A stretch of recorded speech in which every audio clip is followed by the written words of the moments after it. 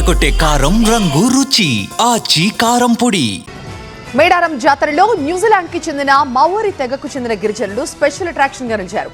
New Zealand గిరిజనుల HACA నృత్య ప్రదర్శనలు ఆకట్టుకున్నాయి. అటు సమ్మక్క సారక్కలు దర్శించుకుని ప్రత్యేక పూజలు చేసి వాళ్ళు మురిసిపోయారు.